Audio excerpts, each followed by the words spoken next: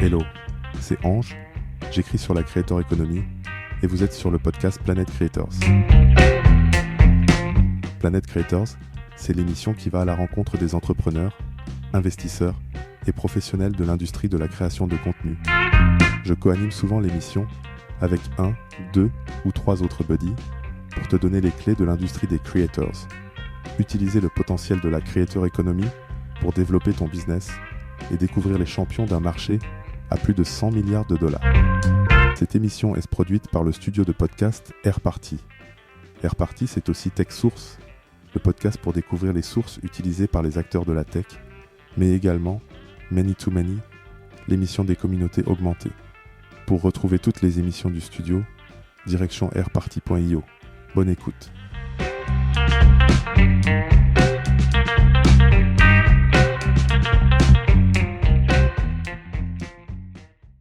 Merci à tous d'être là, donc merci Alex, merci Julie d'être présent et nous avons notre nouvel invité du jour, du coup Hugo Anselem. Merci pour l'invitation. Merci à toi d'être venu. Ouais, merci. Donc ce que je te propose, premier tour, est-ce que tu peux te présenter rapidement, donc dire qui tu es, ce que tu fais, en quelques mots.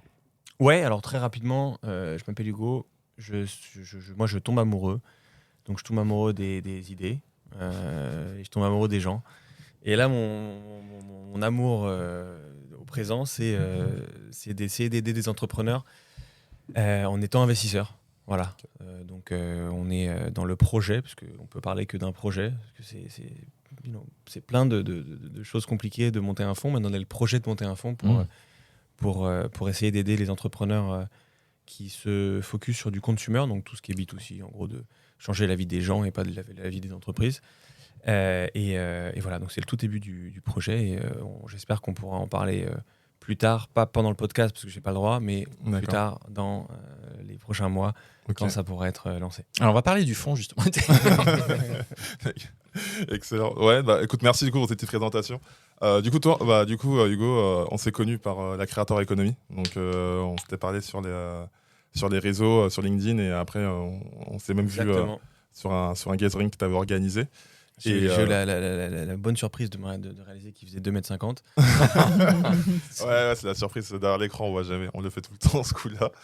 Et du coup, t'étais dans la Creator Economy, ou bien est-ce qu'on peut dire que tu es toujours dans la Creator Economy? Est-ce que tu regardes un peu toujours ce space-là ou Ouais, mais comme je te disais, je tombe amoureux. Genre, quand je tombe amoureux, j'y vais toujours à fond. Et là, pour le coup, dans la Creator Economy, j'y suis allé complètement à fond. J'étais fasciné par la thèse, fasciné par le sujet et je voulais répliquer tout ce que j'avais vu dans le monde des startups, mais cette fois-ci dans le monde des créateurs. Il s'avère que l'analogie entre les startups et les créateurs marche, mais jusqu'à un certain point, et que j'en ai un peu atteint les limites. Et donc, maintenant, j'élargis en fait, en général sur ce que j'aime, c'est-à-dire changer la vie des gens, des consommateurs, des gens en général, la façon dont ils s'organisent en tant qu'individu, en tant que collectif. Et ça en fait partie, les créateurs en font partie. Mais c'est plus le seul sujet que je regarde parce que là, j'ai passé 2-3 ans dessus et ça y est, j'ai à peu près compris. Et jusqu'à qu'il y ait des choses qui changent dans cet environnement-là et que du coup j'ai besoin de réupdater mon operating system sur le sujet. Pour l'instant, je regarde de plus loin que vraiment en y étant à fond dedans, quoi. Ok, parce que du coup, quelles sont un peu les limites que tu as découvert un peu dans la Creator Economy qui t'ont poussé à aller un peu plus loin dans ta réflexion? Alors, les créateurs, en fait, c'est un sujet que moi j'ai depuis très longtemps. Et là, on peut repartir en presque méta. Moi, je suis né à Paris, mais je suis parti vivre dans une petite ville du sud de Lyon de 3000 habitants. Et en fait, quand tu es dans une petite ville de 3000 habitants, il n'y a pas grand-chose à faire, quoi. Et en fait, le problème et la solution, c'est qu'il n'y a pas grand-chose à faire, mais d'un coup, il y a Internet qui arrive. Et quand il y a Internet qui arrive, c'est absolument génial. Il n'y a plus besoin de demander la permission à qui que ce soit pour faire quoi que ce soit. Alors, il y a besoin de demander la permission à sa mère, parce que si on n'a pas accès à l'ordinateur, on n'a accès à rien, mais en général, on peut être n'importe qui derrière son écran. Tu vois, c'est ce fameux meme là sur Internet où genre, you can be a dog, tu vois, il y a un chien sur Internet qui est comme ça, tu sais pas que c'est un chien derrière, là c'est pareil, tu sais pas que c'est un gamin de 16 ans et tu sais pas que c'est... Et donc moi, j'ai fait toute ma on va dire ma découverte du monde à travers Internet à ce moment-là. Et en fait, je suis devenu un créateur malgré moi. Alors, j'étais gamer avant, mais ça, on s'en fout. Et après, je suis devenu créateur malgré moi à un très, très, très petit niveau. Tu vas voir pourquoi c'est une abstraction et pas un exemple comme tu l'entendrais maintenant, c'est-à-dire TikTok, etc. J'ai commencé à écrire à 18 ans sur l'industrie musicale. Donc, Ok. je suis fasciné de musique, je suis passionné de musique, je suis aussi passionné d'Internet, et je me dis, bah tiens, on va essayer de rejoindre les deux passions, Internet et les ordinateurs et la musique. Et donc, je commence un blog et je commence à écrire mes analyses de 18 ans sur l'industrie musicale. Et donc, j'ai un blog, il n'y a pas beaucoup de gens qui font de blog à ce moment-là, on doit être en 2008, 2009 à peine. Et en fait, mes analyses résonnent. Et résonnent, tu vois, où je suis invité par Pascal Neck, qui est le directeur de la Starac, mais surtout d'Universal Music France. C'était genre le patron du. Ouais, c'est le boss, quoi, c'est un des boss. Du Music Game, tu vois. Pareil, il y a le fils de Jean-Jacques Goldman, Michael Goldman, qui montait une plateforme de crowdfunding comme moi j'ai fini par faire après, et qui m'appelle et qui en gros me disent monsieur l'expert, en gros, tu vois, monsieur l'expert, on voudrait vous prendre pour du consulting et tout. Et moi j'ai 18 ans, je suis en train de jouer à FIFA, en train de répondre au téléphone, je me dis what. Et donc en fait je me rends compte que quand on est sur internet et on a besoin de demander la permission à personne, on a pas besoin de demander la permission pour apprendre. Avant, il fallait aller en université, il fallait demander la permission à HEC, je sais pas moi, pour avoir accès au savoir. Maintenant, c'est gratuit en ligne. On n'a pas besoin de demander la permission pour produire. Moi, je suis en train de produire un blog. Et au final, une fois que j'ai écrit une fois, qu'il y ait 1 milliard de personnes qui lisent mon blog ou une personne, c'est le même coup. Et donc, pas besoin de demander de l'argent. Donc, pas besoin de demander de la permission pour produire. On peut produire. Avant, il fallait des factories, etc. Et évidemment, pas besoin de demander la permission pour distribuer. Moi, en fait... mon blog, il est accessible en ligne. Je commence à faire des tweets, Bref, je commence à être sur les réseaux. Et il y a des gens qui lisent mes articles. Et donc, au final, je me dis, putain, c'est un truc de fou. Il n'y a plus besoin de demander la permission. Et donc moi, la créateur économie, c'est par ça. C'est en étant moi-même une forme de créateur. Ouais, c'est ça, ouais. En ayant après, en fait, créé une plateforme de crowdfunding sur ce constat-là, en disant, les artistes, en fait, ils peuvent demander de l'argent à leurs fans. Et il n'y a plus besoin de demander la permission au label. On demande de l'argent auprès des fans, on apprend à faire de la musique en ligne, on le distribue sur YouTube, et puis c'est basta, genre ça y est, c'est fini. Donc au final, ça fait 10 ans que je regarde ce phénomène qui est sous-jacent de la créateur économie, c'est on ne demande pas la permission. Et donc quand on est en 2019 et que à ce moment-là, moi, je suis en travail sur le projet pour The Family, donc on reviendra sur ce, mais je pense que la plupart des gens le connaîtront à peu près de nom. Je travaille sur un festival, en fait. J'ai une idée, je me dis, il faut qu'on fasse un festival de family, parce que ce qu'on sait faire de mieux, c'est la teuf, en gros, et accompagner des boîtes. Mais voilà, en termes de phénomène, c'était quand même de family, bref, c'est un autre sujet. Mais je me dis, il faut qu'on fasse un festival. Sauf que ce festival-là, on va célébrer l'entrepreneuriat d'Internet. Et l'entrepreneuriat d'Internet, il a 2 pendants. C'est soit tu utilises le contenu pour scaler, et tu deviens un créateur, YouTube, podcast, texte, blog, tout ce que tu veux. Soit tu utilises le code pour scaler et là tu deviens une startup. Et moi, ça faisait 7 ans que j'avais fait de Family 1 et moi j'avais monté des boîtes avant, donc je sais ce que c'est l'entrepreneuriat startup. Mais là, je découvre, à ce moment-là, qu'en fait, pendant des années où moi je dormais, il y avait des millions de créateurs vidéo cette fois-ci qui, eux, commencent à créer des vrais business, encore une fois, sans permission. Et je me dis, putain, mais il faut tous qu'on les célèbre au même niveau pour que les gens ils se disent, à 18 ans, en fait, je peux faire ce que je veux, je peux apprendre ce que je veux, et après, je choisis le code, je choisis le contenu, mais let's go. Et donc, en fait, c'est pour ça que moi, je suis tombé amoureux très, très concrètement du mouvement créateur, mais c'est comme une fois, c'est encore une réflexion qui est beaucoup plus ancienne, où je me dis, c'est génial, on n'a plus besoin des gatekeepers, on n'a plus besoin des gardiens du temple. Maintenant, on peut prendre d'assaut les châteaux des institutions d'avant et aller les défoncer, iPhone par iPhone, ordinateur par ordinateur. Et donc c'est pour ça que moi je tombe amoureux du système, du monde de créateurs, c'est que je vois pas des TikTokers qui sont là en train de se la raconter devant un écran. Je vois des gens qui tuent des institutions, je vois des gens qui détruisent des gatekeepers. Et moi ça en général, ça me fait plaisir parce que c'est ce que j'ai vécu moi-même. Et du coup, j'essaie de le enable. Donc c'est ça en fait le monde des créateurs. Pour moi, ça a été cette réalisation-là. Ok, cool. Et ça me fait penser d'ailleurs à une petite aparté là. Je sais pas si tu vois ce qu'il c'est, Dan Runcie, c'est le fondeur de Trapital. En fait, c'est quelqu'un qui a écrit un média. À base, c'était juste un rédacteur web de base, et après il a focus sur le hip-hop. Et du coup aujourd'hui, maintenant, c'est devenu aux États-Unis l'une des sources numéro 1 sur les hip-hop games, tu vois, mais genre vraiment la partie business dynamics, tu vois. Pas juste les parties de musique et tout. Et aujourd'hui, voilà, maintenant, il fait des conférences à Harvard et il est invité partout. Il y a Steve Stout qui vient, il le reçoit sur scène normal, tu vois. Genre. Et alors qu'à la base, c'était juste un rédacteur web, tu vois. Et en quelques années, il a réussi à faire. En fait, c'est le même profil que toi, tu vois. Ouais. Et lui, il a poussé encore plus loin le sujet. Et je trouve ça ouf, en fait, ce côté un peu quand tu as dit, t'as pas besoin de demander la permission. Et je trouve que c'est ça en fait qui est ouf dans la creator economy. Et alors c'est une question aussi qui me revient, c'est j'ai vu tu avais été à JSMAC, donc si je me souviens qu'on avait un peu discuté, tu m'avais dit que tu avais développé la partie un peu accélérateur, qui finalement après que vous avez pas forcément plus poussé que ça. Et je vois qu'il y a d'autres aussi structures qui avaient essayé, donc la Launch House aussi notamment. Et est-ce que tu penses que c'est le fait d'avoir voulu entre guillemets apprivoiser ce talent brut en fait, ça a été peut-être difficile à faire, parce que peut-être en final peut-être que le créateur c'est juste une entre guillemets une énergie qui a besoin de se développer de lui-même. Et en fait, on n'a pas forcément besoin de lui donner une ligne directrice, il a besoin de le faire. Et c'était trop compliqué de faire une ligne directrice. Ou au contraire, peut-être qu'il y avait un sujet qui avait pas été abordé, ou alors peut-être qu'il y a des partenaires qui devaient rentrer, qui n'ont pas voulu, des investisseurs ou des choses comme ça. Non, c'est une bonne question. En gros, moi je me suis dit, tiens, il y a des fonds pour investir dans les startups elles scale, et ben, il faudrait qu'il y ait des fonds pour investir dans les créateurs, parce que les créateurs ils scale. Donc il y a peut-être une classe d'actifs qui est pas exploitée. Donc moi j'avais envie de le faire. Et en fait, ce que tu commences à explorer quand tu rentres dans le monde des créateurs et que tu dis, bah, tiens, je vais essayer d'investir dans leur futur, c'est déjà que,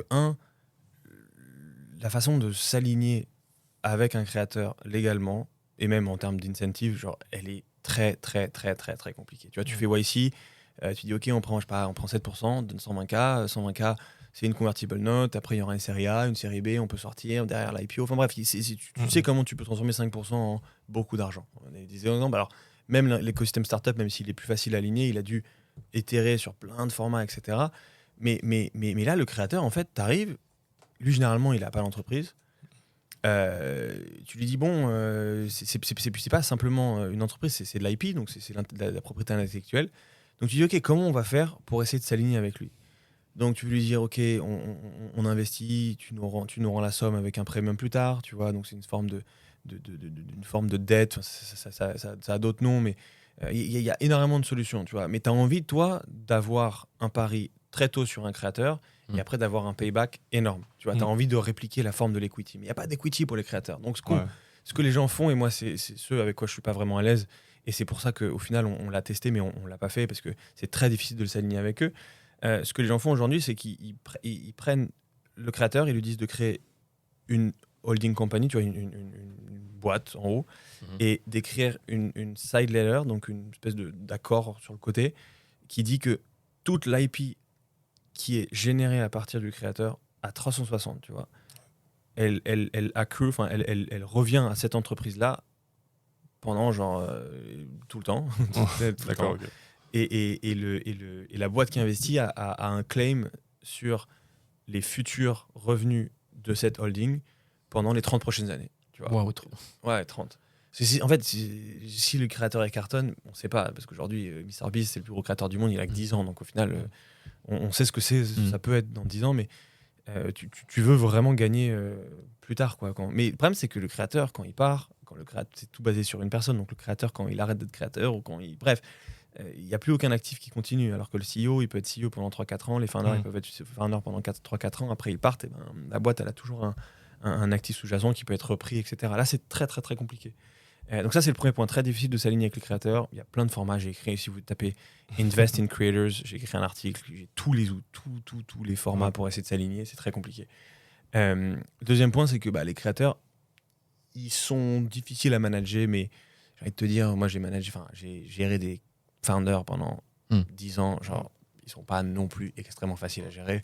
Alors il y en a qui ont fait HEC, il y en a qui ont un petit col de cravate et qui savent se présenter, mais au final c'est des tarés.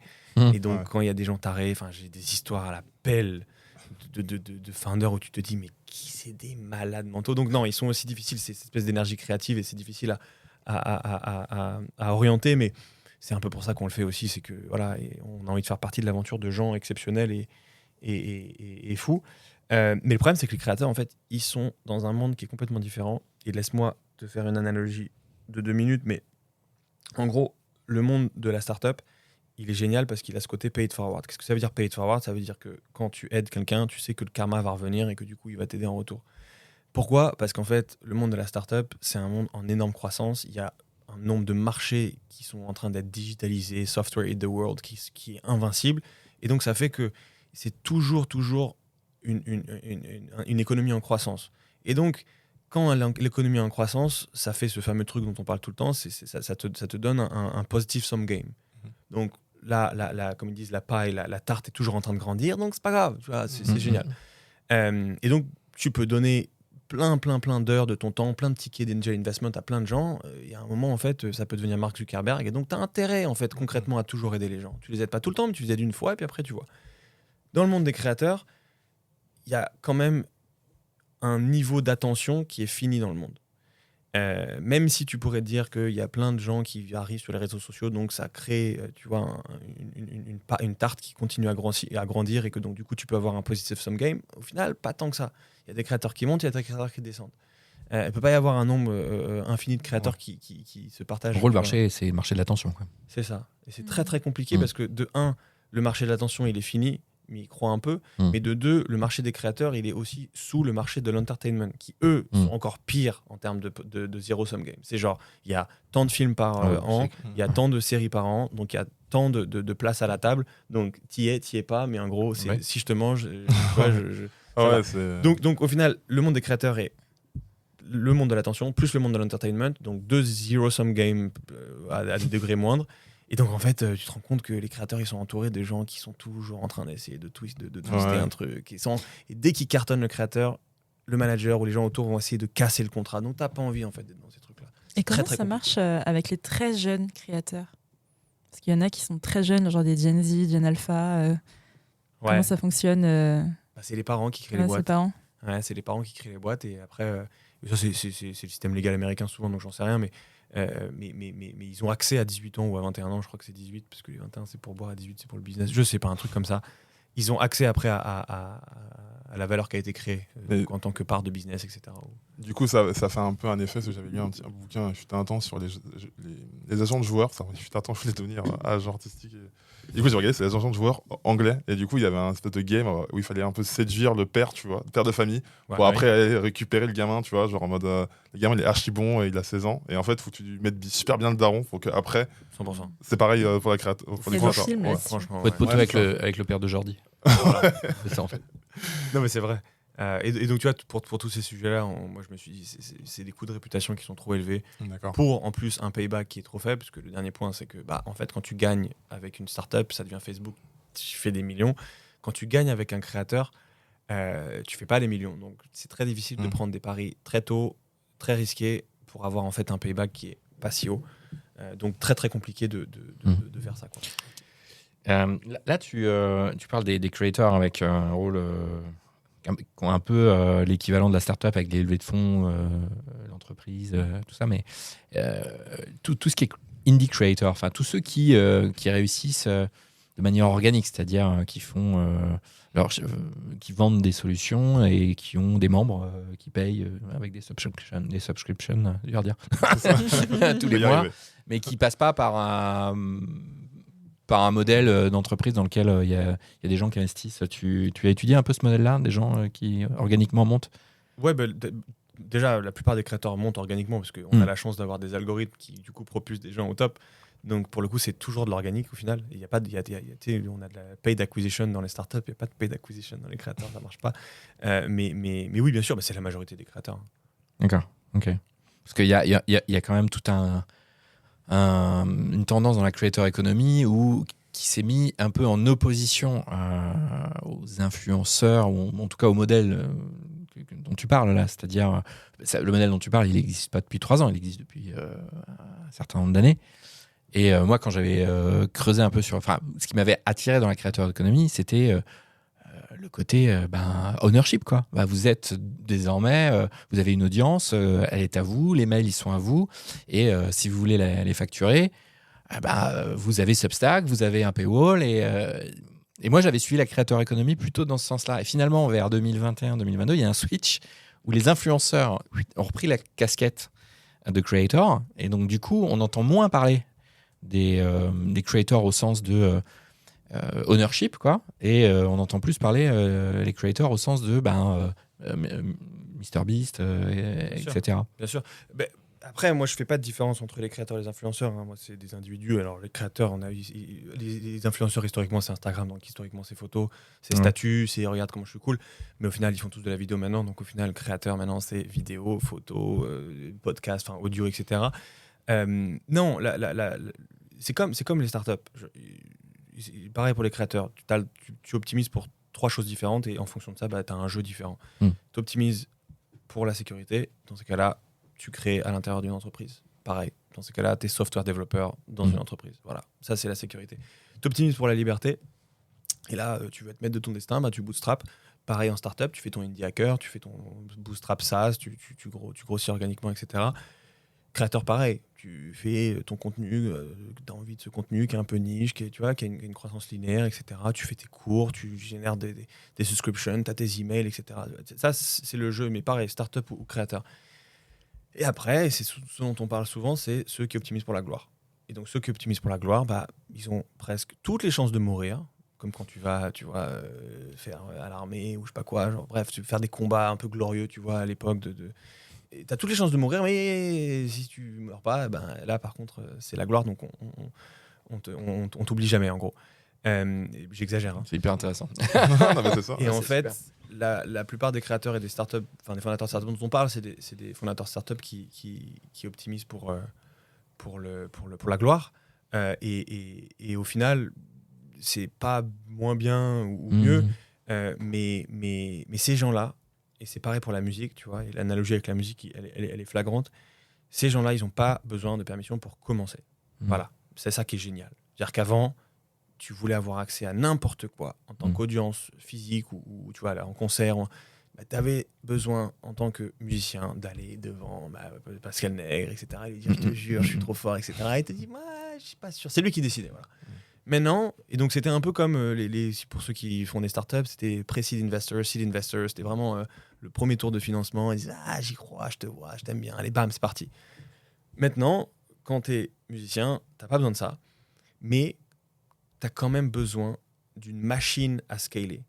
Et la machine à scaler, maintenant, elle n'arrive plus en pré-seed où elle te transforme en star. Non, elle te laisse faire. Voilà, tu crées, vois comment le marché réagit à ta musique, comment tu arrives de façon très entrepreneuriale à créer une communauté, à la faire grossir. Et après, il t'a dit, OK, cool, on va arriver, nous, c'est la série A ou la série B. Allez, c'est parti. On va t'amener toute l'infrastructure Universal, on va t'amener toute l'infrastructure pour les créateurs d'autres boîtes.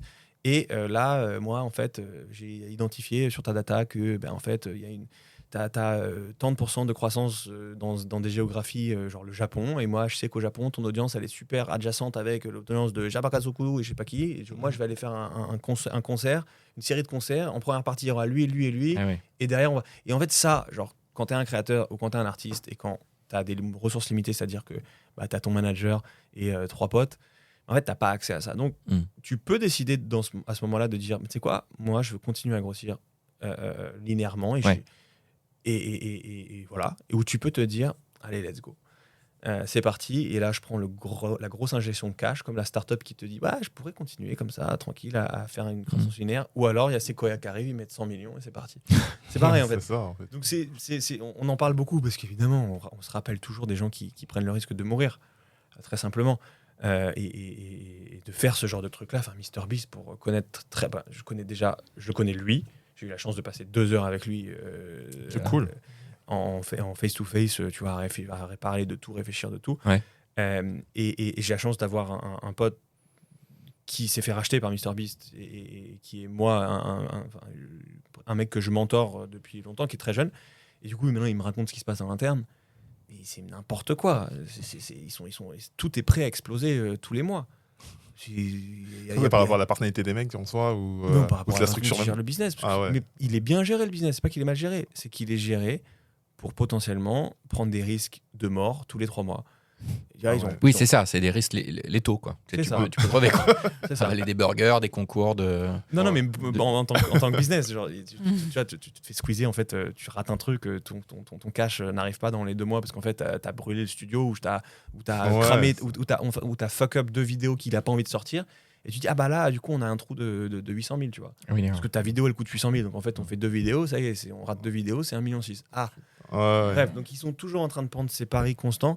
Et c'est pareil, on s'en rappelle parce que on sait qu'il prend le risque de mourir à chaque fois. Putain, c'est complètement fou en fait, Mais ce modèle. Créateur, pour toi, on est d'accord, ça c'est associé à de l'économie. C'est-à-dire un mec qui est influent, qui fait du contenu, qui est très connu, mais qui monétise pas. Comment on l'appelle celui-là? Si on l'appelle Qui veut un pas puriste. Un puriste. En gros, moi, Il y en a beaucoup en France, des gens comme ça. C'est-à-dire que le modèle du creator, c'est celui qui vit de sa passion. Ouais.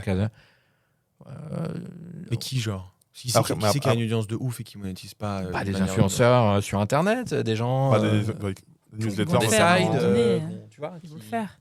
Après, c'est ce que c'était la différence entre on va dire, cette chaîne économique, creator economy, sur la partie un peu professionnalisation du métier de créateur. tu vois. C'est ce que j'avais creusé moi en 2020, c'est qu'il y avait sur cette creator economy, j'en trouvais pas des creators, c'est-à-dire des gens qui voulaient monétiser. La conclusion moi, que j'avais eue, c'est qu'en France, tu as le chômage et Bien sûr. qu'en fait, ça te donne pas la dalle. Alors qu'aux États-Unis, quand tu as les médias en 2020 qui font des charrettes pour virer les journalistes et que tu as Substack qui naît pendant ce truc-là, tu as des journalistes qui ont la dalle et qui se disent il faut que je vive et qui se disent bah, j'ai un réseau, je le monétise, il me faut un paywall.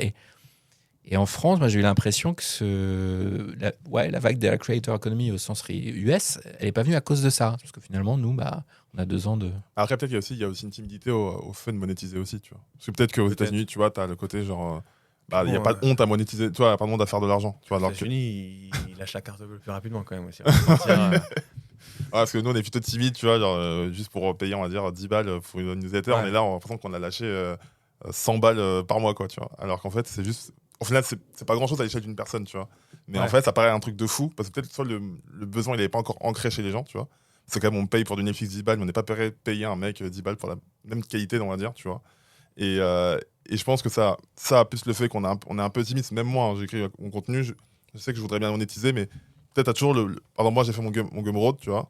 Et bah, quand j'ai voulu le mettre pour le monétiser, j'ai mis encore prix libre, tu vois. J'ai pas osé imposer un prix à quelqu'un, tu vois. Parce Tu aurais mis que- combien puis, sinon T'as des Bah, systèmes moi, de... J'aurais mis, je sais pas, 100 balles, tu vois, genre pour une base de données. Alors qu'en fait, tu vois, parce qu'en fait, Les gens ils mettent pas 100 balles du coup en prix libre. bah, tu vois, je sais pas, tu dis, les gens ils payent pour Crunchbase par exemple, tu vois. Alors pourtant, c'est une base de données en fait qui se scrape à balles. Bon, certes, c'est ultra dense, tu vois, mais c'est quand même 300 balles, tu vois, à l'année, tu vois. Et moi, tu vois, je me dis, bah en fait, tu vois, il y a toujours cette espèce de timidité de notre éducation, tu vois, qui fait qu'on Mais n'ose pas. tu vois. ce dont tu parles, c'est la monétisation qui a émergé en 2020, qui n'existait pas avant, qui est la monétisation frontale de ton contenu. Alors qu'en fait, les créateurs dont on parle là, c'est des youtubeurs qui, eux, ont monétisé différemment avec de la pub ou avec des agences. C'est beaucoup moins risqué. Enfin, je sais pas si c'est moins risqué, mais en tout cas, c'est une autre manière de monétiser et t'as un skin in the game qui est peut-être un peu plus déporté. En 2020, ce qui est arrivé, c'est les mecs, vous allez pouvoir monétiser en front de votre truc. Et c'est à ce jeu-là que tu as voulu jouer, que j'ai voulu jouer, qui est très compliqué en France parce que tu fais du contenu, de la vidéo et tu veux mettre un paywall en disant payez-moi tant. Au début, ça prenait sur Patreon. Ouais. Puis, on voit à peine. Parce que Et à peine. la vérité, c'est que c'est 60% du volume, c'est du cul. Donc, Non. bien sûr. Ah ouais, c'est un peu comme OnlyFans, quoi. Genre. Enfin, Mais OnlyFans, c'est- sur le coup, c'est vraiment. Patreon, action de- ah Le ouais, plus c'est grand bon. compétiteur de Ah ouais. d'OnlyFans, ah ouais. de Patreon, c'est OnlyFans, parce que Ouais. le plus grand Oui. compétiteur d'OnlyFans, c'est pas Patreon, ils en ont rien à faire, mais enfin, c'est beaucoup plus faible comme volume. Ouais. Mais il faisait au top en 2021, il faisait 150 millions de chiffre d'affaires. Et ouais, il y a peut-être 70 qui étaient au moins, tu vois, Ouais. qui étaient sur du C'est porn. ouf. C'est du porno. genre, Autant pas dire de- les choses telles qu'elles Ouais, sont, ouais, quoi. non, c'est adulte créateur, tu vois. C'est pas. Ok. Ouais. Adulte. Ouais, ouais, Peggy voilà. 18. Ah ouais, vraiment, Peggy 18, de ouf. Ça, c'est dingue. Donc, non, après, ouais, sur la capacité des créateurs à monétiser entre la France et les US, non, franchement, c'est la taille du marché. Mais effectivement, le chômage, mais c'est comme pour les startups. Hein. Moi, le nombre de boîtes que j'ai vues, ils disent ouais, on monte la boîte, c'est bon, c'est parti. Tu vois, 3 fondateurs, ouais, on a pris le chômage, Turco et tout. Ouais, Mazel Tov, super, génial. Moi, je suis le premier à dire super.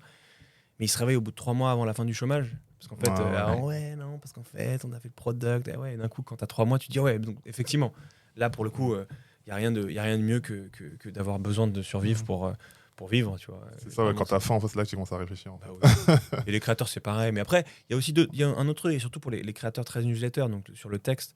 Le texte, c'est plus compliqué de faire la viralité parce qu'il n'y a pas de plateforme de distribution, donc il n'y a pas de top of funnel genre cheaté. Et le texte, c'est beaucoup de gens, et en l'occurrence, c'est mon cas aussi, qui écrivent pas pour gagner de l'argent. Ils écrivent pour le statut. Ils écrivent pour rencontrer des gens, pour scaler leur capacité de conversation. Tu vois, moi, j'ai écrit un article là sur la loneliness, il fait 21 minutes. J'ai regardé, je fais putain, mais merde. Qu'est-ce que j'inflige aux gens, tu vois. Pourtant, les gens l'ont lu. Hein, ouais, il y a beaucoup de gens qui l'ont lu, mais du coup, moi, ce que je vois, c'est que je me dis, putain, c'est cool, parce que du coup, je sais pas combien de personnes l'ont lu, mais imagine même s'il y a genre 10 000 personnes qui l'ont lu. Il y a 10 000 fois 21 minutes, tu vois, j'en mets, c'est incroyable, tu vois. Donc moi, j'optimise pour ça, j'optimise pas pour le fait de monétiser. Alors après, sur le créateur économique, j'avais fait un mapping et tout. J'ai mis prix libre. J'ai peut-être fait 2-3 000 downloads. Je fais 3 000 balles. Donc au final, 1 euro. Ça va. Je fais 1 euro c'est pas dégueu. Hein. Pas dégueu. Est-ce que si j'avais mis 5 ou 10 d'un coup, j'aurais fait plus? Sûrement. Mais je voulais aussi optimiser pour les emails. Je voulais capturer plein d'emails. Lead generation. Et du coup, tu as fait un bon petit pont sympa. C'est sur la partie loneliness economy. C'est du coup, je vois que c'est ton nouveau sujet. Est-ce que c'est venu de tes réflexions de la créateur ou du coup c'était venu d'autres choses? Donc, curieux un peu de savoir un peu le shift, comment s'est passé tout ça. Et tu peux aussi un peu nous en parler, que c'est que la loneliness economy, je pense qu'il n'y a pas beaucoup de gens qui connaissent. Donc, en gros, en très simple, et après on reviendra dessus, mais le loneliness economy, c'est juste l'économie de la solitude. Les gens sont seuls et ils sont maintenant conscients, de leur solitude et du lien que cette solitude a avec leur santé mentale, qui est plus que corrélé, c'est lien de causalité totale pour moi, en tout cas, c'est mon opinion. Et donc, ces gens, maintenant, avec cette conscientisation, recherchent des solutions, en disant, putain, merde, c'est pas possible, je peux pas rester comme ça suffit, il faut que j'y réponde. Et donc, évidemment, besoin égale opportunité de marché, avec des startups qui sont là pour potentiellement aider à ces gens à appartenir à quelque chose de plus grand. La vérité, c'est que moi, genre, c'est pareil, comme les créateurs, j'ai cette thèse depuis que je dois avoir 21-22 ans, où, tu sais, je sais pas si vous vous souvenez, mais tu es à l'école, t'as pas besoin d'être social, en fait. Tu fais du secondaire, tu vas en université, en école de commerce, en école d'ingé. Bon, bah, c'est fait pour toi, là, le côté social. Donc, tu n'as pas besoin de faire des efforts et tu as des potes. Et quand tu sors de ça, mais en fait, je vais parler comme un VC, mais genre ton deal flow, ton people flow, les gens que tu rencontres régulièrement, ça passe de genre énormément de gens, potes de potes, soirée, potes de potes de potes de potes, machin, truc. Avec, tu vois, surtout si t'es un peu picky comme moi, bah en fait, tu vois, si ton taux de transformation c'est genre 1%, bah tu rencontres 100 personnes, t'as un mec avec qui ou une meuf avec qui t'es pote. Ouais, ok, cool. Bah, sauf qu'en fait, quand ça passe de 100 à 10, et de 100 à 5 parfois, et qu'en fait tu as un taf, et donc tu vas il y a les gens de ton entreprise maintenant, et puis c'est pas, ils sont plus grands, ils sont plus vieux, ils sont plus jeunes, c'est pas le délire, tu vois. Et ben en fait tu commences à te rendre compte que au final tu as un nombre de gens que tu peux appeler amis, qui est donné, qui en fait fait que descendre à partir de là. Et en fait moi je l'ai vu très très rapidement, mais parce que je suis toujours en train de me projeter, donc je me dis, tout de suite réfléchi, j'ai dit ok, tac, je rencontre plus de gens, même si mon taf m'a amené à rencontrer plein de gens, mais je voyais tout de suite, tu vois, je me dis fuck, on change, les gens changent, on change parce qu'on regarde du nouveau contenu, on a de nouvelles idées, l'accès à l'information est gigantesque, etc. Donc tu peux te réinventer constamment. Mais en fait, tu te réinventes tout seul. Parce qu'aujourd'hui, quand tu te réinventes, tu réinventes aussi les relations que tu as avec les gens, les types de personnes avec qui tu interagis. Et ça, c'est un truc qui ne marche pas. Tu vois, c'est un bloc. Genre, tu regardes du contenu nouveau, tu prends de nouvelles habitudes, tu prends de nouvelles personnalités, tu explores de nouvelles personnalités, mais derrière, en fait, tu ne partages pas avec de nouvelles personnes. Tu partages avec les mêmes qui ont peut-être rien à foutre. Tu vas dire, je m'en fous en fait de ton nouveau délire. Bref. Et en fait, moi, je regarde ça, j'essaye de monter une app en 2013, qui est une app pour permettre aux gens de déclarer leur intention à court terme. C'est-à-dire, mon hypothèse, c'était de se dire, on a plein de potes sur Facebook. Ces gens-là, en fait, il y a plein de gens avec qui tu voudrais hang out, mais tu leur demandes pas parce que c'est chelou. Tu vois, même moi, si je t'invite, je suis putain, j'ai trop sympa. Je vais pas t'envoyer un message samedi soir, vendredi soir, et c'est quoi les bails, tu vois, genre, tu vas me dire, ouais, il est chelou, il quoi. Il s'ennuie ou quoi. Ouais, de ouf, tu vois. Donc, moi, mon hypothèse, c'est de dire, quand tu partages les intentions à court terme, donc, j'ai rien à faire ce soir, ou j'ai une intention, j'ai envie de faire ça ce soir, et que les gens le voient, bah, du coup, ça unlock un peu. Il n'y a plus besoin de vulnérabilité, et les gens se disent, bah tiens, bon, tout le monde a essayé de faire cette app, ça marche jamais. En tout cas, moi, j'ai essayé en 2013, ça ne marchait pas non plus. C'était peut-être trop tôt, c'était peut-être trop nul, c'était surtout trop nul, et aussi un peu trop tôt. Et au final, j'ai gardé ce sujet-là et j'ai continué à y réfléchir beaucoup, à regarder. Arrive le Covid. Covid, Bah, tout le monde chez soi. Tout le monde chez soi, Netflix et rien. C'est vraiment, tu fais du Uber Eats, tu regardes Netflix, ton taf il est en remote, tu fais tes Zooms. Et en fait, on est arrivé pendant le confinement à ce que nous, quand moi j'étais gamer à 15 ans, on avait pour objectif de vie, c'est-à-dire de ne dépendre de personne, d'avoir Internet et de se suffire à soi-même avec Internet. Tu vois, c'était le rêve sur lequel tous les geeks ont construit le futur de ces 15 dernières années. Allez tous vous faire foutre, tu vois. Et au final, on l'a vécu, et on l'a tous vécu au même moment, et on s'est rendu compte à ce moment-là que, encore une fois, on était un peu seul, et que deux, on n'était pas si content de ça, en fait, en étant complètement indépendant. Et donc, en fait, ce moment de Covid a fait réaliser aux gens cette association solitude et tristesse, et en fait aussi a surtout donné aux gens des mauvaises habitudes de self-reliance, tu vois, de vraiment être complètement indépendant et de se suffire à soi-même, en fait, qui a continué après le Covid.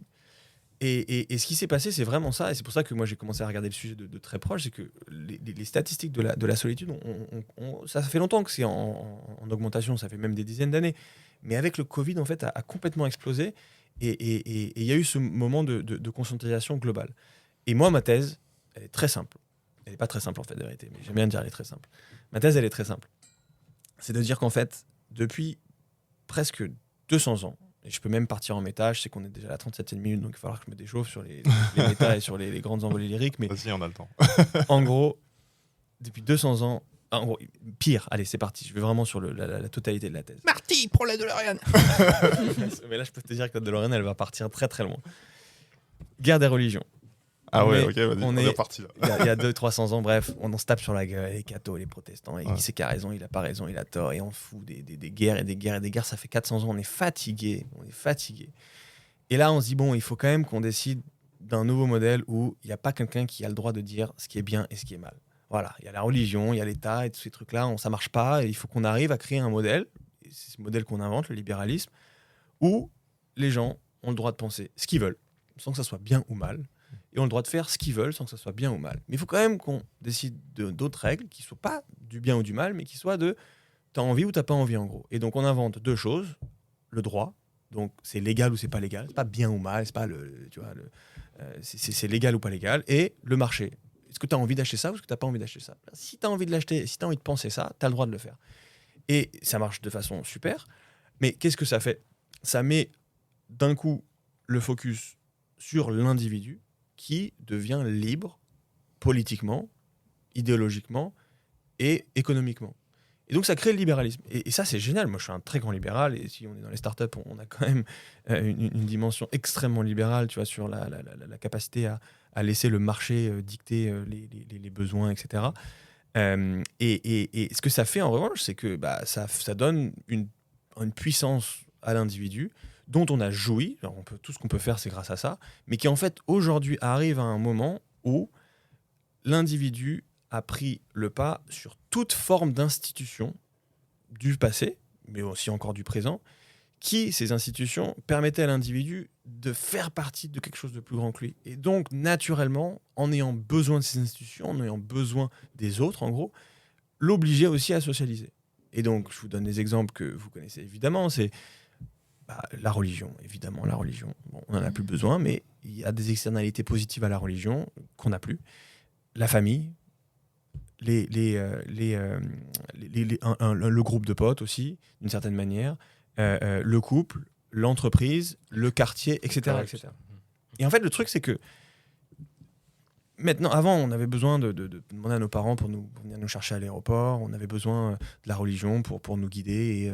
Et là, maintenant, les gens commencent à parler à un AI. Les gens ils parlent à un AI. Oui, mais avant, les gens ils parlaient à Dieu. Donc, tu vois, il y avait tous ces trucs-là qui permettaient en fait aux gens de faire partie de quelque chose de plus grand. Et aujourd'hui, on arrive à un moment où l'individu est libre, l'individu est indépendant. On parle même de l'individu sovereign, tu vois, Bitcoin, tout ça. L'individu est sovereign, mais l'individu, il est seul. Voilà. Et le problème, c'est que l'individu, il n'est pas qu'un consommateur, c'est aussi quelqu'un qui a besoin de faire partie de quelque chose de plus grand que lui.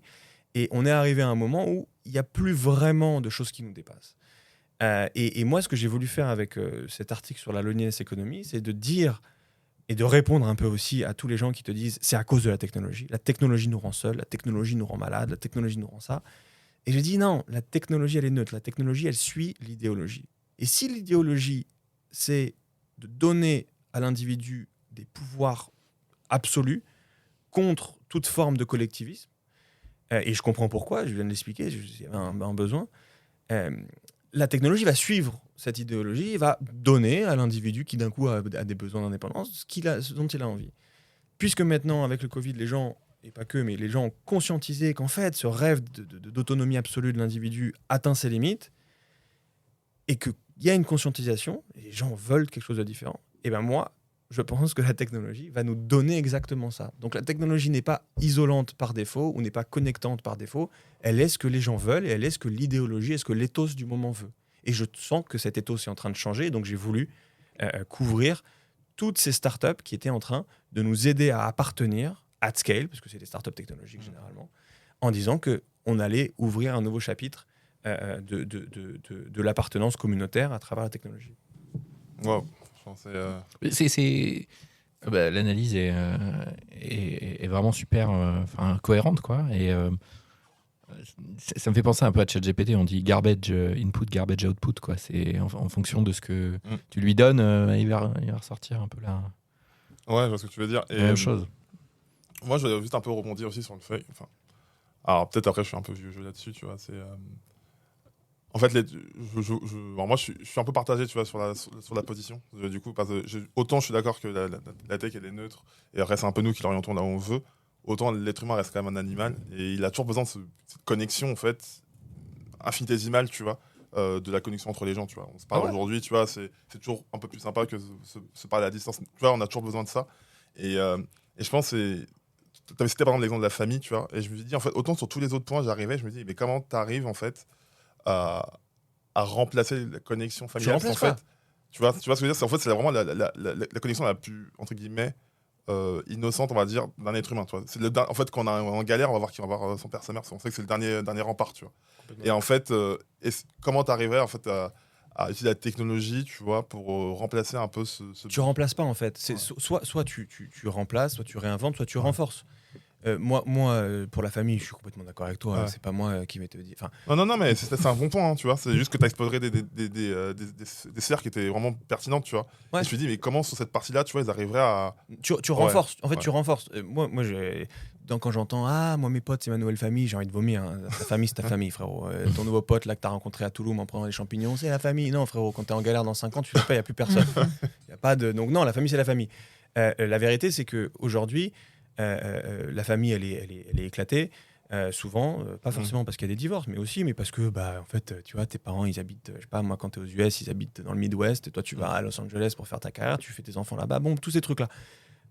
Aujourd'hui, la technologie, elle permet soit de connecter avec tes parents, tes grands-parents de façon plus simple. Tu vois, je donne l'exemple à une startup auquel j'ai parlé il y a pas longtemps, qui, en gros, interface les enfants de 5-10 ans avec leurs grands-parents, avec de l'AI. Alors vous allez crier au scandale, mais comment ça? Non, mais en gros, ce qu'ils font, c'est qu'ils donnent une application, en gros ChatGPT avec un wrapper et des modèles particuliers pour l'enfant, qui lui demande ce qu'il a fait dans la journée. Ah bah tiens, tu connais pas la dernière? Ah bah j'étais avec Jean-Michel. Enfin, Jean-Michel, il s'appelle pas Jean-Michel son pote, mais il était avec Michael, il était trop cool. Hein.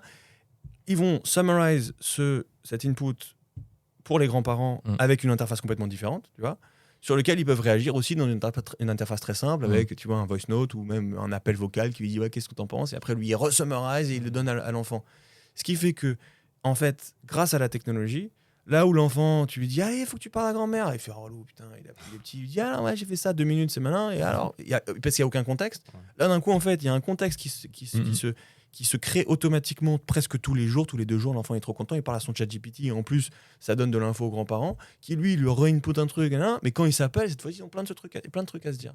Donc, en fait, c'est comment la technologie peut soit renforcer les liens familiaux, soit les remplacer, et là, tu vas crier, mais c'est pas les remplacer, mais typiquement, il y a plein de sujets aujourd'hui, de garde d'enfants, des marketplaces pour nounous, tu vois, toutes ces choses-là.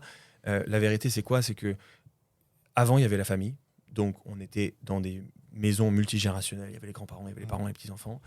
il y avait plein de choses qui étaient faites par les oncles, par les tantes, par la famille extended, comme on dit, tu vois, où, en fait, si tu as besoin de quelque chose, ils sont là. Et aujourd'hui, ils sont plus là, ils ont la flemme, les oncles et tout. Ils sont pas là, et deux, ils ont pas forcément envie. Donc, qu'est-ce qui se passe ? C'est le marché qui vient remplacer. Alors, parfois, c'est chiant, parce qu'on devrait avoir plus de liens, etc. Mais parfois, c'est quand même salvateur. Je te donne l'exemple, tu vois, d'une famille, un couple qui a 3 enfants. Soit ils sont blindés à la race, et là, ils prennent et la nounou, et les machins, et les trucs, et là, c'est la vie, elle est belle. Parce qu'au final, il y a le marché qui leur permet de... Et puis, ils peuvent aller voir les grands-parents au week-end. Ils font, ils m'y kiffent. Et soit, t'es pauvre, et là, c'est la merde. Tu vois, tu peux rien faire. Et là, tu burn out, et il n'y a personne pour t'aider, et t'es nanan, et il y a un problème au taf, c'est une galère sans nom. Mais il n'y a pas la famille non plus. Donc, en fait, ce que moi, j'essaye de dire aussi avec ça, c'est que dans ces cas-là, la technologie va nous permettre d'accéder à des niveaux de services autour de la famille pour permettre au couple et à la famille de vivre mieux. Très élevé, pourquoi ? Parce que la technologie a cette caractéristique de faire baisser les prix et faire monter le niveau de service. Tu vois ? Donc, c'est pas déconnant qu'un jour, tout le monde ait une nounou, tout le monde et tous les services que les gens les plus riches aujourd'hui ont, mais qu'ils soient tous tech-enabled avec des marges beaucoup plus faibles et des prix beaucoup plus bas. Ok, ouais, c'est un peu l'analogie avec le... Enfin, c'est très basique, mais avec la voiture chauffeur, quoi, en fait. Sauf que là, c'était qu'au début, il y a une certaine classe de population, parce que a toujours eu l'image du chauffeur en costard et tout, qu'aujourd'hui, en fait, c'était commoditisé pour tout le monde, quoi, en fait. Même je sais pas, ta petite cousine, elle a 18 ans, tu payes de l'Uber et c'est pareil, quoi. C'est la même chose. Pareil pour l'iPhone. Ouais, c'est ça. Un iPhone, t'as beau être Steve Jobs ou n'importe qui, t'as le même iPhone, tu vois. C'est ça. Pareil Netflix, il y a pas genre Jeff Bezos, il paye pas un Netflix de Jeff Bezos ou d'un coup un truc de ouf avec du contenu spécialisé. Après ça, c'est une autre histoire, mais ça, on va pas. Ouais. Je trouvais qu'il y avait la séparation, tu vois, géographique, ça conditionnait pas mal la solitude en général. Et que c'est tech là que tu lises dans ton article qui est vraiment génial, hein, hyper complet et tout. Elle vise à combler un gap qui est souvent géographique, quoi. Par contre, quand c'est proposé, je prends un exemple entre ce que tu peux trouver dans une grande ville en termes de services pour te connecter avec les gens et quand tu es un peu à la campagne ou dans une zone semi-rurale. Et souvent, la solitude, l'isolement, moi je la vois souvent géographique. Et donc, pour l'avoir vécu, ne vivant pas à Paris, pour lancer un business, et j'ai vu le confinement et j'ai vu l'explosion de ces nouvelles tech arriver comme une manne et comme un levier pour moi. J'ai créé le podcast, je l'ai appelé Air Party.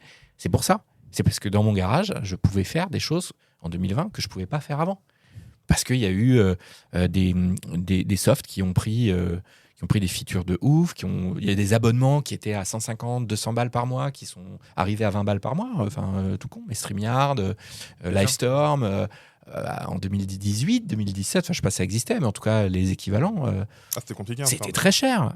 Ouais. Et donc, moi, j'ai vu ton article, je me suis dit, OK, à chaque fois que ça comble une injustice ou un truc qui n'existe pas, et souvent, moi, je vois que c'est parce que c'est loin géographiquement, tu citais l'exemple des grands-parents coupés de leur... Voilà. Je trouve que ça apporte un truc, ça progresse. Mais alors, quand tu peux le faire à la mano, à l'ancienne, par exemple, imaginons que tu as une famille, tu as les grands-parents, tu as la famille étendue, comme tu dis, à portée de main, mais que quand même, tu vas utiliser le service. Là, je trouve que c'est là où je me dis que c'est un peu dommage, ça vient un peu en compétition idiote. 100%. Et tu vois, moi, le lien avec la créateur économie et la loneliness, c'est un truc qui est un peu bizarre, mais quand tu enlèves les barrières, et puis c'est paradoxal avec mes 2 thèses, tu vois, sans permission, plus de barrières à l'entrée, plus de barrières à la distribution, etc. Qu'est-ce que ça veut dire, ça ? Ça veut dire que du coup, le marché devient une compétition gigantesque et globale. Qu'est-ce que ça veut dire aussi ? Ça veut dire que les gagnants deviennent plus gros et les perdants plus nombreux. Le MrBeast, il fait 200 millions de subscribers. Aujourd'hui, sur YouTube, 3% des chaînes font 90% des vues. Voilà. Pareil sur Spotify. Donc, tu as cette espèce de tu vois, on appelle ça comment on appelle ça, Power law. La Power law, mais là, c'est pas là, c'est la super Power law.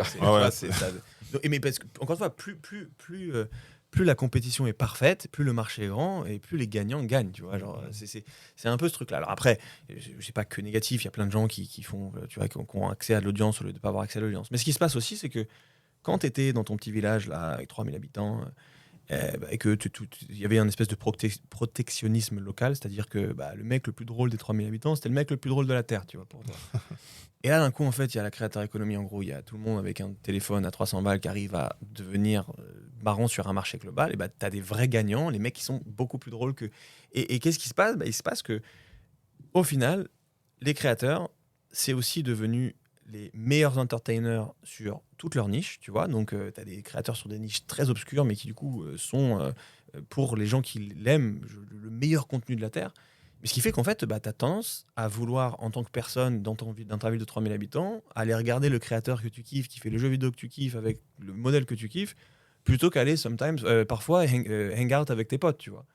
Et en fait, ça, c'est le revers de la pièce. D'un côté, il y a la créateur économie, et de l'autre côté, il y a la loneliness.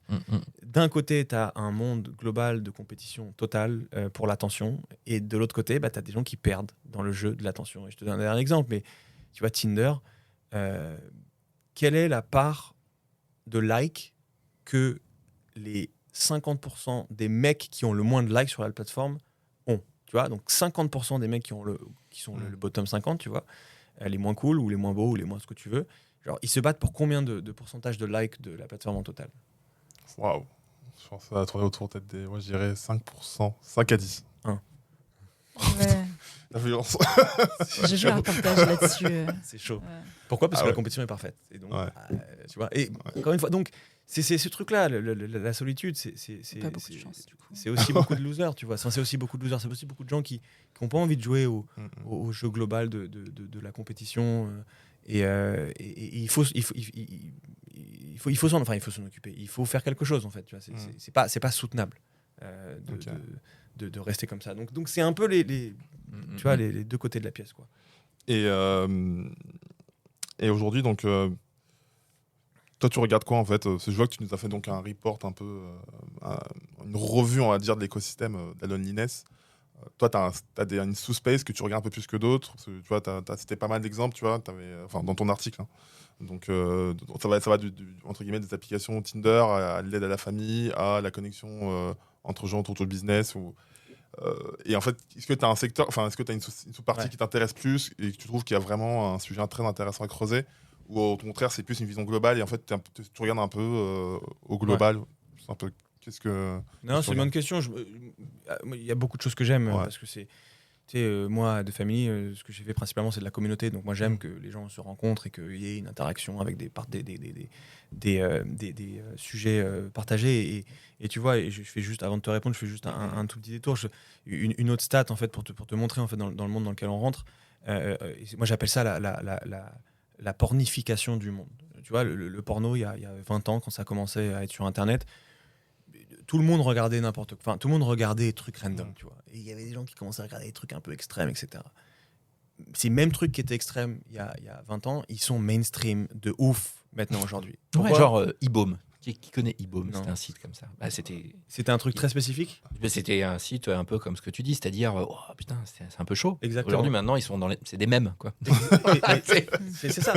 Et en fait, pourquoi ? Parce que quand tu donnes encore une fois une marketplace ouverte, les gens vont se spécialiser dans ce qu'ils aiment et tu vois. Comme Wattpad.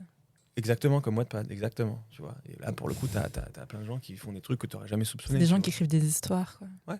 Mais Toi, il y a tu n'aurais plein jamais de- il y a soupçonné plein de qu'il y a des types gens qui allaient d'histoires, regarder ouais. plein de petites histoires comme ça, tu dis c'est fini. Bah non, les gens Ah ouais. kiffent. Et pareil pour le porn, bon, c'est une autre histoire.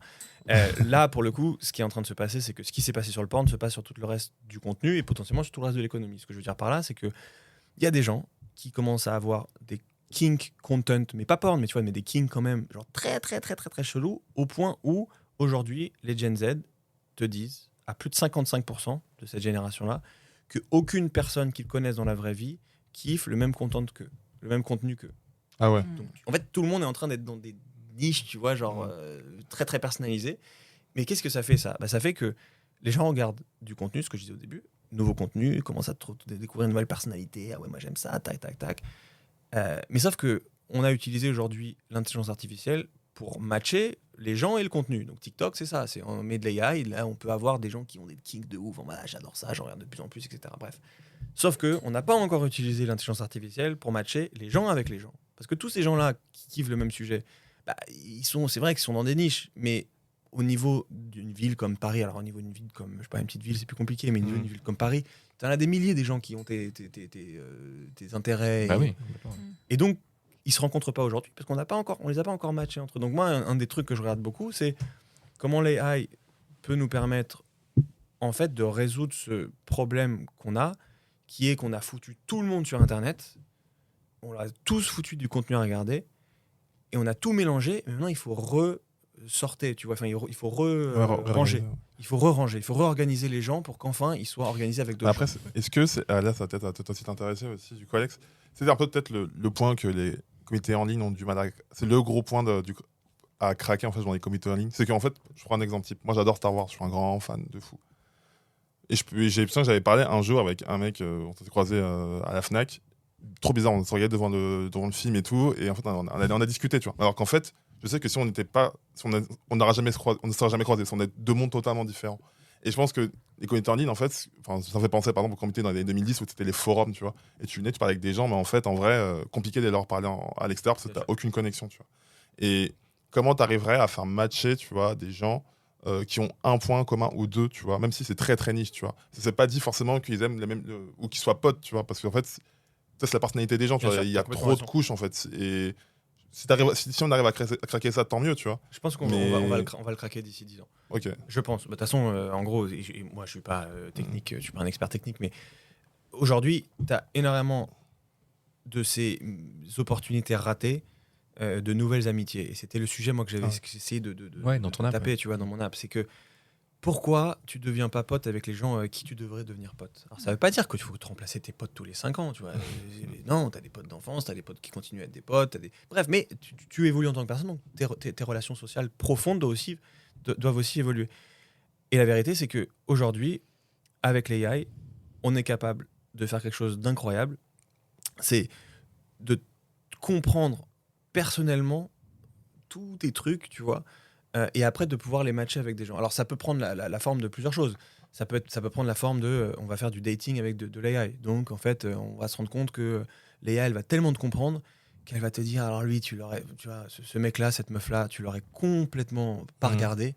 Mais en fait, et cette personne-là n'aurait jamais mis sur son profil les choses que tu devrais voir pour vraiment tomber amoureux de cette personne-là. Mais nous, on n'a pas besoin de le mettre sur le profil, on le sait. Donc t'imagines, genre, toi et moi, on va à une soirée. En fait, nous, on sait, toi, tu sais, on kiffe la créateur économie de ouf, on kiffe le rap de ouf, on kiffe, tu vois, le New York de fou. Mais on va jamais se le dire. Ou alors la probabilité qu'on arrive à avoir une conversation à deux sur tous ces sujets, elle est zéro. Mais si cette AI le sait déjà pour toi, elle le sait déjà pour moi, elle le sait qu'on est déjà potentiellement un match, mais il y a un moment ou un autre, il y a un format particulier à trouver pour que ces gens-là se rencontrent. Alors il y a des gens qui font des dîners comme ça, AI enabled, où tu rentres, tu as des questions, tac tac, ils analysent ton truc, ils te disent ok, telle heure, tel endroit, tel crowd, tu vas kiffer. Tu vas, ça te fait te sentir moins seul, et puis en plus tu rencontres des gens avec des icebreakers, etc. Il y a des apps qui le font full digital, ou qui te permettent en fait de parler à une AI qui va commencer à choper de la data sur toi. Il comprend comment t'es, ta personnalité, il a énormément de database de personnalité, il voit tes sujets, il voit tes machins. Et derrière, il te dit, mais attends, mais lui, là, Jean-Michel, il fait rien samedi soir, tu devrais lui. Bref, ce genre de truc-là. Donc aujourd'hui, moi, je pense que l'AI va devenir un mécanisme de rangement at scale de tous ces gens qui sont en bordel dans le monde, et qui sont complètement perdus, et qui vont pouvoir enfin trouver les gens avec qui ils devraient soit monter des business, soit se marier, soit aller sortir en soirée électro, etc. etc. Et je finis sur ça, mais il y a 20 ans, je pense que tout le monde ici se rappelle plus ou moins, mais t'as ton pote, il te dit « Ah, tu sais que j'ai rencontré une meuf en ligne ». Tu lui dis « Quel loser celui-là, qu'est-ce qu'il fait ?» Genre, il a que ça à faire. Ah oui, je vois. Ouais, c'est sûr. Mythique, c'était le truc de « Ah, il est sur Mythique, d'accord. » Bon, bah, c'est fini. Skyblock. Ouais, mais tu vois, genre vraiment, c'était dans ta tête, tu t'imaginais genre... L'agence matrimoniale. Voilà, Ouais, c'est ça. t'imaginais le loser de l'année. Et maintenant, next thing you know, t'as Raya, et c'est que des gens au statut super élevé, des gens super cool, et t'as des stars qui vont sur Raya et trucs, qui chopent des gens de la plèbe, tu vois, genre tu dis putain la vache, c'est un truc de ouf. Tu vois, genre... Tiers Zeta qui... Ouais, c'est exactement ça. Mais tout le monde peut devenir beau, etc. Donc c'est fine. Et moi, je pense que ce qui s'est passé avec le dating, où c'était pour les plus gros losers, genre qu'est-ce que tu fous? Et maintenant, c'est les gens les plus frais. Ce même truc va se passer sur plein de différents sous-catégories, notamment l'amitié. Genre, aujourd'hui encore, 2023, on te dit ouais, non, on est potes, on s'est rencontrés sur une application. Tu fais, les losers, pareil. Eh ben, pareil. Dans 5, 10, 15 ans, ça va être les trucs où, évidemment, le mec super cool, il dit bah, on s'est rencontrés sur l'app super cool parce qu'on est super cool. Et ça va se passer, tu vois. Ok, cool. Donc, mais tu vois, sur le côté local, tu disais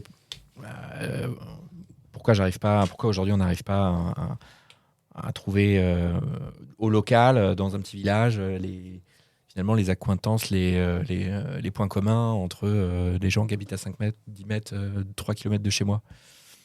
Et moi, je pense qu'il y a un côté de... Les technos qui vont réussir à faire ça, si elles sont funded, si elles sont start-up-like, ça n'a aucune chance d'arriver, parce que finalement, les startups qui lèvent de l'argent sur ces sujets-là, le champ de bataille, c'est des champs de bataille ultra-urbains, où il y a une très grosse densité. Et c'est pour ça que tu te retrouves avec des super apps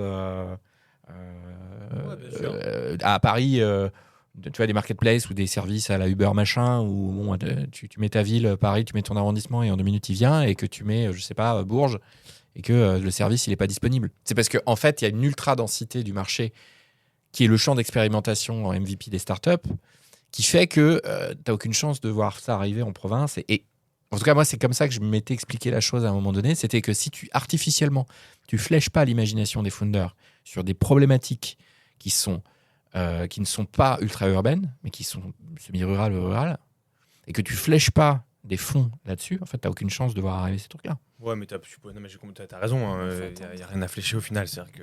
Non, mais la réponse des fameux techno-optimistes, ils te diront du coup, on crée ces boîtes-là pour les marchés les plus compétitifs, donc des markets, bref. Et les surplus générés, tu les réinvestis dans les collectivités locales qui sont du coup une liability. C'est ça l'explication. En tout cas, c'est ce qu'on te dit. On te dira, effectivement, bon, vas-y, viens, on fait plein d'argent. Et puis après, Uber, ils font plein d'argent, les taxes de ouf. Et puis après, on paye des bus et on les fout. Là, c'est à cost, on fout les bus et les TER qui sont vides. C'est pas grave. Donc, moi, j'avoue que sur ce sujet-là, moi, j'ai très, très peu d'avis éclairés. C'est des sujets très, très complexes. Mais moi, je te dis ce que les gens répondraient quand tu leur dirais ça. Je sais pas si je suis d'accord, mais en tout cas, c'est souvent ça qu'on. Souvent une explication, ouais. Du coup, on en arrive sur les dernières questions. Parce que du coup, je crois qu'on a fait une belle heure de discussion. Petite heure, là. Ouais. Du coup, on a 4 petites questions. J'en ai une, vas-y. Mais je me demandais si tu te sentais toujours seul et qu'est-ce que tu as mis en place. Ah oui. C'est une très bonne question. C'est une très très bonne question. La vérité, c'est que ça, c'est une quête de. Moi, j'ai la particularité d'être entre deux cultures, et souvent les gens, je m'en suis rendu compte parce qu'avec l'économie de la solitude, là, j'ai parlé à beaucoup de gens et je commençais à avoir un pattern, tu vois. Je me dis, pourquoi les gens, ceux-là, ils se posent la question avant tout le monde. La vérité, c'est que moi, mon père est juif, ma mère ne l'est pas. Mon père est marocain, ma mère est française. Donc de base, moi, ma famille maternelle et ma famille paternelle, ils ont rien à voir. Alors ils sont tous adorables, etc. Mais genre, il y a d'un côté la vérité si je mens, et de l'autre côté, ils font du vin. Voilà. Donc, au final, moi, de base, je me suis toujours dit, genre, ok, j'appartiens à quoi, moi ? C'est pas une question, c'est pas une évidence, en fait, tu vois, genre, s'imagine, t'es auvergnat depuis génération. T'es quoi ? Je suis auvergnat. Ouais, mais moi, je suis pas aussi facile que ça. Donc, je me suis toujours demandé, genre, ok, j'appartiens à quoi ? Donc, moi, c'est un questionnement mais c'est pas un questionnement c'est pas une souffrance, c'est plus une curiosité, une interrogation. Donc, moi, j'ai toujours regardé ces choses-là en disant, ok, est-ce que je me sens français ? Est-ce que tu vois, je suis pareil. Bon, bref, donc la vraie réponse, c'est j'ai toujours eu du mal à trouver les gens autour de moi qui partageaient du coup cette fracture aussi, et du coup de cette fracture-là partageaient un peu cette semi-crise existentielle constante, tu vois, pas violente, mais toujours latente, tu vois, où en gros tu réfléchis, tu parles, tu machins, tu trucs. Et ça a été un vrai sujet depuis les 10 dernières années, tu vois. Avant, moi, j'avais 2 familles. 2 familles, c'est une famille de gens tarés qui sont exactement sur ces fractures dont je parle. Tous, Oussama, Alice, c'est tous des gens qui ont ces espèces de... Tu vois, et cet optimisme du futur. Et donc, c'est des gens avec qui, tu vois... Donc moi, pendant un grand moment, ça m'a nourri et suffi, très, très clairement. Et là, typiquement, c'est vraiment très, très contextuel. j'ai rencontré une femme qui est devenue ma copine. Et on revient tous les deux, on revient à Paris presque au même moment et on se dit putain, genre, qu'est-ce qui manque dans notre vie ? Et nous, à tous les deux, on s'est dit dans notre vie, il nous manque de nous marrer, mais pas avec n'importe qui. C'est toujours la même chose, on peut rigoler de tout, mais pas avec n'importe qui. Donc, nous, on dit, il faut qu'on se marre avec des gens qui partagent 2 autres valeurs, en plus de l'humour et de la volonté de se rigoler. C'est l'ambition, parce qu'au final, moi, je veux des gens ambitieux desquels je peux me nourrir, et la curiosité. Parce qu'ambition sans curiosité n'est que ruine de l'âme. Bref. Et on a créé une série de dîners, tu vois, très secrète. C'est-à-dire que c'est pas tout le monde peut venir. C'est juste, non, on va voir les gens, on dit tiens, viens, on va manger ensemble. Et on fait un truc à 15 personnes. On prend un resto, une grande table, généralement méditerranéenne, où on peut gueuler fort et rigoler. Et on essaie de le faire. Et je pense que ça va arriver de plus en plus. Et que les gens vont, de façon, au début, tu vois, comme nous, on le bootstrap, c'est-à-dire qu'on le fait un peu à l'arrache. Mais il va y avoir des plateformes qui vont te permettre, des marketplaces qui vont te permettre de le faire, d'abstracter la complexité logistique, l'intention. On va dire, ces mecs-là dont on sait qu'ils sont absolument cool, ils sont libres samedi soir, organise un truc. Tu cliques, l'AI va dire, vous êtes libre, 12h, machin, truc, à où ils habitent. Et hop, d'un coup, tu as un social planner qui t'a fait ton club de dîner, tu vois. Donc ça, je pense que ça va arriver. Il y en a de plus en plus. Moi, j'ai des amis aussi qui font ça. Ouais. Moi, j'ai fait des cafés à un moment donné. Ah C'était genre le samedi matin. Mais oui, t'es café entrepreneur. Ouais. Le minimum viable coffee. Ah, c'est ça, MVC, c'était Ouais. Très drôle. Voilà, tu vois, imagine que là, ça a été une pain pour toi sur plein d'aspects. Ouais. Trouver les gens, organiser, synchroniser, trucs. Là, à mon avis, dans 5-10 ans, il y a des plateformes qui vont tout faire pour toi, quoi. Et tu sais qu'au 19e siècle, ce dont tu parles, ça a existé et ça a eu un pouvoir politique qui a renversé, si je ne me trompe pas, la monarchie de Juillet. Ça s'appelait les banquets. En fait, les gens se réunissaient en table de 15-20. Ils appelaient ça des banquets. Sous couvert on va faire une bonne bouffe. La police ne regardait pas trop, tu vois. C'est pas la police, c'est les politiques du moment. Et en fait, ça cassait grave du sucre sur la monarchie. Et les banquets, au final, ils ont été obligés de les interdire, si je ne me trompe pas. C'est toujours ça. C'est toujours ça. Manger est un acte de rébellion. Non, mais c'est ça. J'ai un très bon pote, Louis, pour ne pas le citer, qui lui, en fait, cite toujours comme son endgame, donc tu vois, le jeu de la fin. Son endgame, c'est comme dans Astérix, tu vois. C'est le banquet à la fin. À la fin, on rigole, on boit des coups, on mange sur une grande table, tu vois. Et moi, c'est ça. Genre, si jamais j'avais déjà vu un truc en plus qui s'appelait comme ça, mais moi, si jamais je monte une boîte dans ce monde-là, tu vois, mais je le ferai pas parce que je suis pas un bon entrepreneur, mais moi, j'ai envie de l'appeler grande table, tu vois, big table. Juste, c'est ça. Moi, si tu mets une grande table avec de la bonne bouffe, les gens qui rigolent, c'est bon. Qu'est-ce que job, il est fait. Tu t'emmerdes. C'est vrai, la bouffe et le community building, c'est lié. Il y Bah, a un super bouquin de Jacques Attali sur la bouffe et sur le pouvoir de réunir. Ah ouais. Je le mettrai en show notes, mais Vas-y, tu noteras Très ça. drôle. Écoute, cool. Du coup, on passe à notre dernière question avant de te libérer. Donc, première question, c'est si tu devais investir dans une start-up de la créateur économie et de la loneliness economy. Parce que du coup, on va ouvrir le champ. Ouais, c'est moche. Hein. Ah, le bâtard. Faut bien forcément te justifier. Après, tu vas avoir un crush ou faut vite. La big table. Ouais, ça c'est la boîte que j'aurais montée, mais j'avoue, créateur économie, j'ai investi. Alors, ok, j'ai investi dans pas mal de boîtes dans la créateur économie. J'aurais pas dû investir autant. C'est complicado. Non, c'était dédicace à une boîte que j'adore, dans laquelle j'ai investi par amitié. Non, la vérité, c'est dans laquelle ils m'ont forcé à prendre des parts gratuitement, malgré mes refus. Il y a un moment où j'ai eu un DocuSign déjà signé. J'ai fait, bon, voilà, j'ai pas le choix. Qui s'appelle Influencers.club et qui, en gros, est une tu les connais. Ah ouais, avec de Macédoine. Exactement. Ouais. Et qui en gros, ont une database ultra qualifiée de 75 millions de créateurs. Et en fait, ils te font le reach out at scale. Donc, c'est un peu un SDR pour ceux qui connaissent le monde des sales pour la créateur. Et donc, ça, c'est une boîte, c'est un mec que j'adore. Et écoute, très simplement, la boîte de ma meuf qui monte une application de dating avec de l'intelligence artificielle pour permettre justement de matcher les gens sur des choses sur lesquelles ils ne soupçonneraient même pas un match possible. Excellent. Qui s'appelle Ava et que du coup, auquel je crois, mais j'ai investi aussi. Donc, ce n'est pas une question dans laquelle j'investirais, c'est j'ai investi. Et voilà. Ok, cool. Deuxième question, c'est si tu devais monter une startup, alors tu m'as expliqué d'être un mauvais monteur de boîte, mais si tu avais les skills, qu'est-ce que tu aurais, peut-être parce que tu connais le parcours de l'histoire ou... Ouais. Il y a une boîte là qui s'appelle 222.place, genre tout, enfin le chiffre 2.place, et qui, justement, j'adore les mecs, ils sont tarés, ils sont complètement radicaux.